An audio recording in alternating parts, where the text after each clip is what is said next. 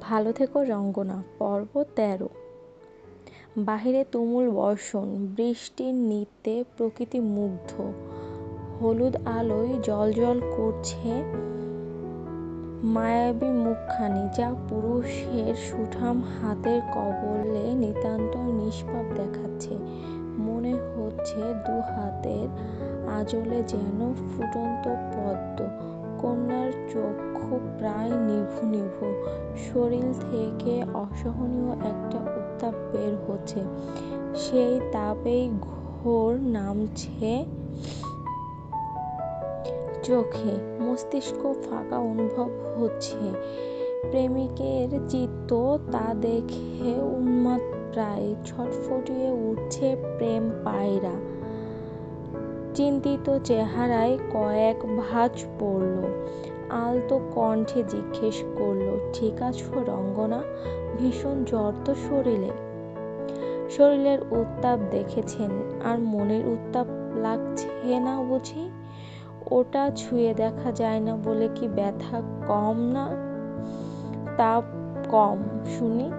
চিত্রার বেসামাল কথায় বাহারের চিন্তা বাড়ল। গালে কোমল ভাবে ছুঁয়ে বলল, ভেতরে আসো দ্রুত। এত জ্বর নিয়ে ভিজেছ কেন? আর এত রাতে এখানে এসেছই বা কিভাবে? ব্রাহ্মণবাড়িয়া থেকে ঢাকার পথ তো অনেক অনেক দূরত্ব রাস্তার। দূরত্বের চেয়ে গুরুত্ব বেশি ভূমিকা রেখেছে, তাই তো দূরের পথ ও ব্যাপার নয়। চিত্রার কণ্ঠস্বর প্রায় জড়িয়ে আসছে। বাহার যখন অথই ভাবনায় দিকভ্রষ্ট, তখনই চিত্রার পাশে এসে উপস্থিত হলো চিত্রার বটবৃক্ষের ন্যায় বড় ভাই তুহিন। তার চোখে মুখেও একটা চিন্তা লেপ্টানো। বাহার অবাক হলো তুহিনকে পাশে দেখে, প্রায় বিস্মিত কণ্ঠেই বলল, তুহিন, তুমি এসেছ? তোমরা সবাই কি চলে এসেছ? আর এত রাতে চলে আসার কারণ কি? কোনো সমস্যা হয়েছে? সমস্যা তো আপনার সামনেই দাঁড়ানো বাহার ভাই। ওর জন্যই তো এত রাতে আমার ফিরতে হলো এখানে। তুহিনের কথায় ভুরু কুঁচকালো বাহার। সন্দিহান দৃষ্টিতে তাকালো চিত্রার পানে। কিছুটা সংশয় নিয়েই বলল, মেয়েটার তো জ্বর শরীরে, তার উপর ভিজেছে, কি বাজে অবস্থা ওর। লাল হয়ে গেছে মুখটা। কি এমন হয়েছে যে এই রাতে ফিরলে? বাহারের কথায় তুহিন তপ্ত একটা শ্বাস ফেলল। প্রায় অপরাধীর মতন মাথা নিচু করে বলল, দোষ অবশ্য আমারই। সেদিন বনফুলের সাথে এত খারাপ আচরণ করে একবারও জানতে চাইলাম না মেয়েটার অবস্থা কি। অবশ্য সুযোগই পেলাম না। সেদিন রাতেই দাদির গুরুতর অবস্থা শুনে ছুটে গেলাম সেখানে। গতকাল খাবার টেবিলে চিত্রা আর চাঁদনি আপু হুট করে বলছে চিত্রার নাকি পরীক্ষা, সে ঢাকায় আসবে। কিন্তু দাদিকে তো চেনেনি, বড্ড কঠোর। সে চিত্রাকে আসতে দিবে না। তারপরই বিকেল থেকে মেয়েটার জ্বর, ধীরে ধীরে জ্বর বাড়তে লাগলো। সেই গ্রামের বাড়িতে রাত ১টা বাজে ডাক্তার ডাকা হলো। চিত্রা বেহুশ অবস্থায় কেবল বলছিল ঢাকা আসবে। ডাক্তার জানালেন জ্বরটা ঋতুভিত্তিক না, অতিরিক্ত চিন্তার ফলে মস্তিষ্কে প্রেসার পড়াতে এই জ্বরের সৃষ্টি। ডাক্তার ওষুধ দিলেন, কিন্তু জ্বর কমার নাম নেই। আজ সারাদিন সে কোনো খাবার মুখে তোলেনি।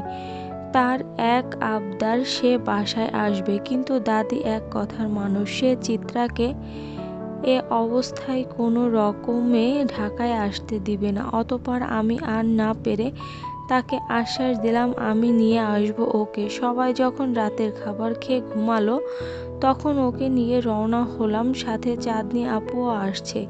৩ জন কাউকে না বলে চলে আসলাম। কাল একটা তুলকালাম হবে হয়তো। মেয়েটা বকাও খাবে, কিন্তু ওর জেদের কাছে আমরা পরাজিত। ও নাকি বনফুলকে যে কোনো মূল্যে দেখবে, না হয় শান্তি পাবে না। বাহার দাঁড়িয়ে সবটা শুনল। চিত্রাও বাহারের হাতটা আঁকড়ে ধরে ঠায় দাঁড়িয়ে রইল। তার মধ্যেই দক্ষিণ দিকের একটা ঘর থেকে বেরিয়ে এলো বনফুল। দুদিনেই মেয়েটার লাবণ্য কমে গিয়েছে শতগুণ। চোখের নিচে দেখা দিয়েছে ক্লান্তির চিহ্ন। ডান হাতের মাঝে ব্যান্ডেজের ছোঁয়া যেন বুঝিয়ে দিল মেয়েটার ভেঙে পড়ার মাপকাঠি। চিত্রা চোখ তুলে তাকালো, চোখ উপচে আসছে তার অবদ্ধ অশ্রুরা। সে আর অপেক্ষা করল না, ছুটে গিয়ে জড়িয়ে ধরল বনফুলকে। বাচ্চাদের মতন মুহূর্তেই কেঁদে দিল সে। বনফুল নিষ্পলক দৃষ্টিতে তাকিয়ে রইল দরজার সামনে দাঁড়ানো সুঠাম দেহি প্রিয় মানুষটার দিকে। বাহার খেয়াল করলো বোনের দৃষ্টি। মেয়েটা তো এ দুদিন উন্মাদের মতন করেছিল, আজও না আবার তেমন কিছু করে বসে। গা হিম হয়ে আসে তার।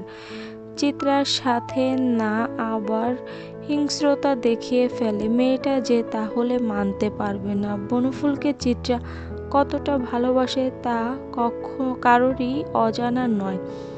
বাহারকে অবাক করে দিয়ে বনফুল চিত্রাকে জড়িয়ে ধরল। মিষ্টি হেসে বলল, কাঁদছিস কেন চিতাবাঘ? কি হয়েছে তোর? চিত্রা আরো শক্ত করে বনফুলকে জড়িয়ে ধরল। কাঁদতে কাঁদতে মেয়েটার কণ্ঠ জড়িয়ে এলো। অস্পষ্ট স্বরে বলল, বনফুল, তুই আমায় ক্ষমা করেছিস তো?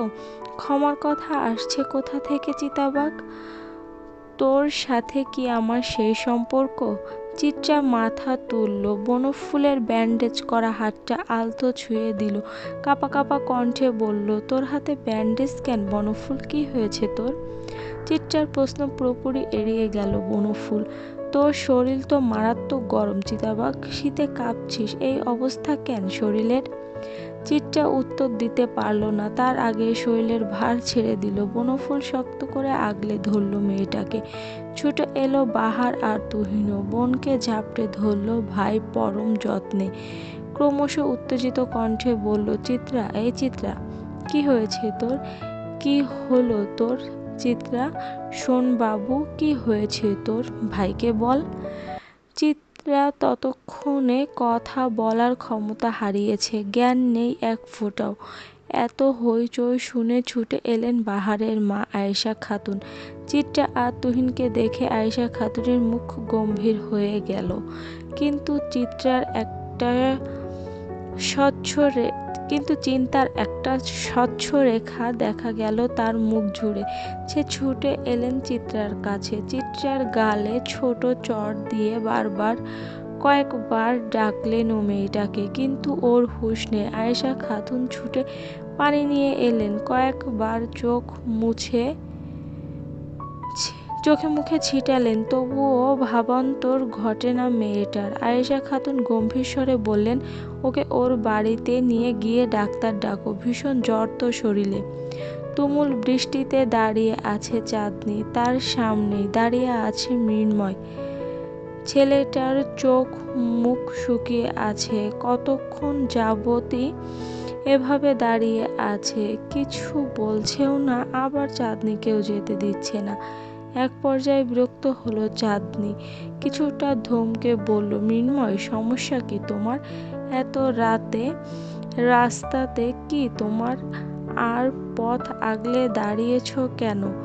আপনাকে আগলাতে পারছি না বলেই পথ আগলাচ্ছি। উল্টোপাল্টা কথা বলে চড় খেও না মৃন্ময়, সোজা কথা বলো। হ্যাঁ বলো। মৃন্ময় কিছুক্ষণ সময় নিয়ে হুট করে বলল, ভাইয়ার মতন আমায় ভালোবাসবেন? কথা শেষ করতে চাঁদনি সশব্দে একটা চড় বসিয়ে দিল ছেলেটার গালে। চলবে। এই গল্পের পরবর্তী পার্ট দেখার জন্য একটা লাইক দিয়ে এবং আমার চ্যানেলটি সাবস্ক্রাইব করে আমাদের সাথেই থাকুন। ধন্যবাদ।